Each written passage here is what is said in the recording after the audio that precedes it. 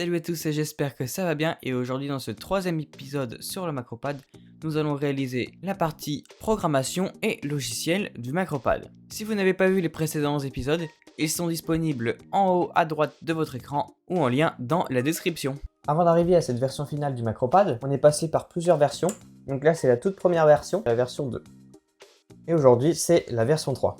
Et donc à chaque fois c'était des petites corrections mineures et ajout de fonctionnalités. Donc après avoir réalisé la partie hardware du Macropad, il va falloir programmer tout son ensemble. Le programme doit gérer la rotation des encodeurs, l'appui sur les touches, la communication avec le logiciel et ainsi que la gestion des couleurs des LED RGB. Donc les fonctionnalités que je veux implémenter, donc premièrement je veux pouvoir faire des combinaisons de touches avec le Macropad. Ensuite tout ce qui est action système, donc par exemple ouvrir une calculatrice, ouvrir le gestionnaire de tâches, l'explorateur de fichiers, le navigateur, etc.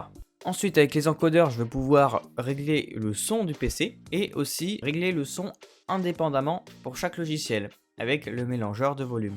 Ensuite, sur l'écran OLED, je veux pouvoir y mettre un texte personnalisé ou alors le nom de la musique qui est en cours sur le PC. Et puis en bonus, je vais pouvoir créer un instrument et que le Macropad envoie des signaux MIDI à l'ordinateur. Et puis pour finir, un système de profil pour avoir plusieurs pages de raccourcis. On va voir ça juste après. La combinaison de touches ainsi que le contrôle du volume principal du PC peuvent se réaliser sans logiciel, directement avec l'ATmega 32U4. Mais pour le reste des actions citées plus tôt, je dois avoir un programme qui tourne sur le PC et qui puisse communiquer avec le système d'exploitation. Donc mon programme doit aussi gérer une communication avec le logiciel. Donc pour ça je vais passer par une liaison série 9600 bits par seconde et donc il va falloir créer un protocole de communication entre le Macropad et le logiciel. Dans la dernière vidéo on a abordé rapidement le flashage du bootloader. Il s'agit du petit programme qui permet de programmer facilement l'ATmega à partir d'un port USB. Donc maintenant, comme nous l'avons flashé dans la précédente vidéo, je peux juste connecter en USB-C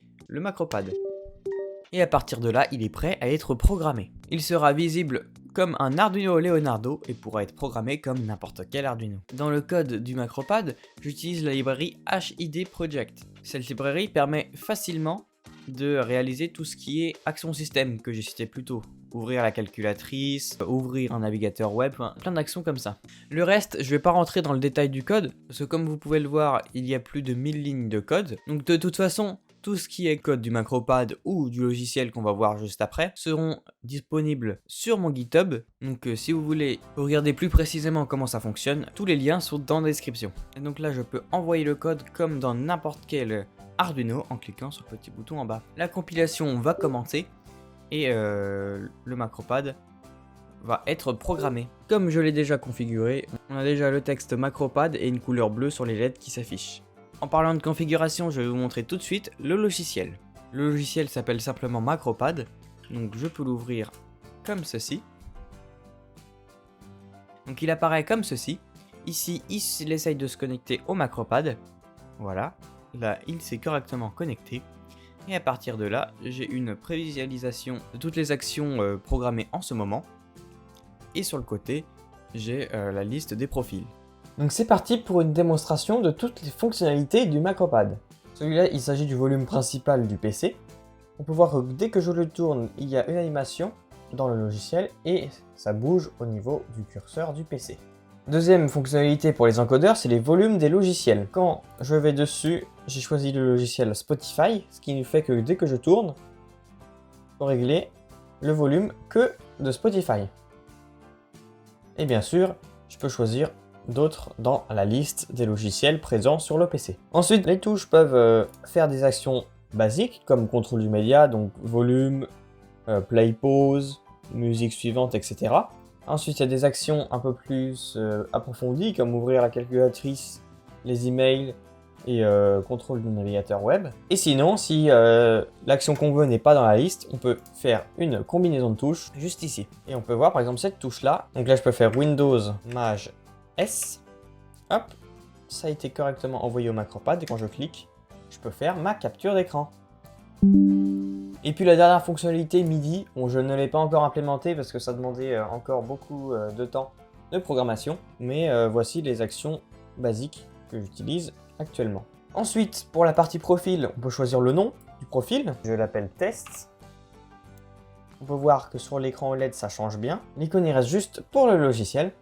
Et puis la couleur ici, j'ai un sélecteur de couleurs, donc si je vais mettre un peu de vert, on peut voir que la couleur change au niveau du MacroPad. Voilà, bon, je vais laisser en bleu. Et puis après, dernière partie, c'est l'affichage sur l'écran OLED. Donc pour ça, il y a le nom du profil, c'est ce qui est fait actuellement. On peut mettre du texte personnalisé directement qui va défiler. Et donc si je mets beaucoup de texte, on peut voir que ça va défiler sur l'écran OLED. On peut mettre le nom du profil, date et heure, on a juste l'heure. Mais la dernière fonctionnalité qui peut être utile, c'est le titre de la musique en cours. Quand je dis titre de la musique, c'est pas forcément musique, c'est en fait le dernier média qui a été lancé sur l'ordinateur. Quand on clique ici, on a ici un encart qui nous dit quel est le nom de ce qu'on écoute avec l'auteur, et puis on peut faire suivant et play pause. Donc c'est ce que fait le MacroPad, il récupère les informations ici et il va l'afficher directement sur l'écran OLED. Et donc après, ici à gauche du MacroPad, on a des boutons pour choisir les différents profils. Donc on peut faire un profil musique, et donc ensuite en deuxième profil, on peut faire un petit profil jeu. Ça permet d'avoir plusieurs profils pour les touches. Et donc voilà la partie présentation du logiciel. J'ai rajouté juste un petit menu paramètres avec tout ce qui est options supplémentaires comme démarrage automatique, sauvegarde de la configuration et puis mise à jour de logiciel. Et ici, on a le petit bouton qui permet d'envoyer toute la configuration au MacroPad. De base, chaque modification est faite en direct. Donc voilà, ça c'était la présentation du logiciel. Donc bien sûr, tout sera dans le GitHub dans la description. Donc j'espère que la vidéo vous a plu. Si elle vous a plu, pensez à mettre un pouce bleu, à vous abonner. Si vous avez des questions, vous pouvez écrire un commentaire juste en dessous de la vidéo ou passer sur notre serveur Discord, le lien est dans la description. Allez, salut!